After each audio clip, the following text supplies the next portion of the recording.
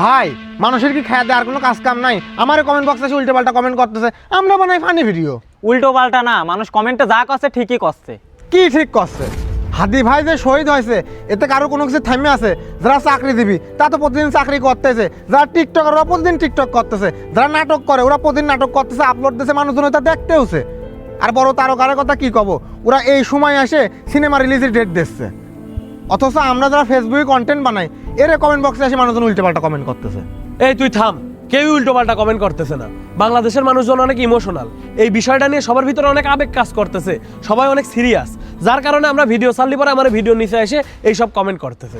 মানুষ ইমোশনাল যতই হোক, ভিডিও আপলোড দেওয়া তো আমার কাজ, সবাই যেমন সবার নিজের কাজ করতেছে আমরাও তো আমার নিজের কাজই করতেছি।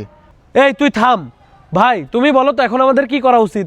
দেখ, মানুষ আমাদের ভিডিওর নিচে এই কারণেই কমেন্ট করতেছে কারণ মানুষ চায় যে আমরা এই ব্যাপারটা নিয়ে কথা বলি। কারণ আমরা যারা কন্টেন্ট ক্রিয়েটর আছে তারা যদি এই ব্যাপারটা নিয়ে কথা বলে তাহলে এই বিষয়টা খুব দ্রুত মানুষের কান পর্যন্ত পৌঁছাবে, আর যত দ্রুত মানুষের কান পর্যন্ত পৌঁছাবে এটার একটা সঠিক বিচার তত দ্রুত মানুষ পাবে।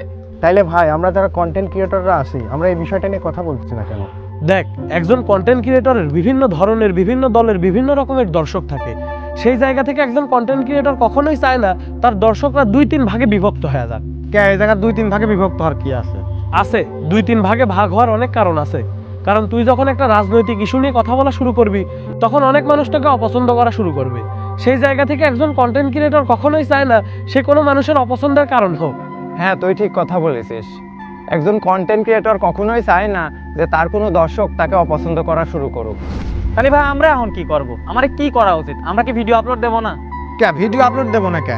আমরা কি করতে পারি? আমরা 2-3 দিন একটু চুপচাপ থাকতে পারি, কালকে বাংলাদেশে নতুন একটা ট্রেন্ড আসুক, মানুষ এটা সব কিছু ভুলে যাবে, বাংলাদেশে যেটা হয় আর কি।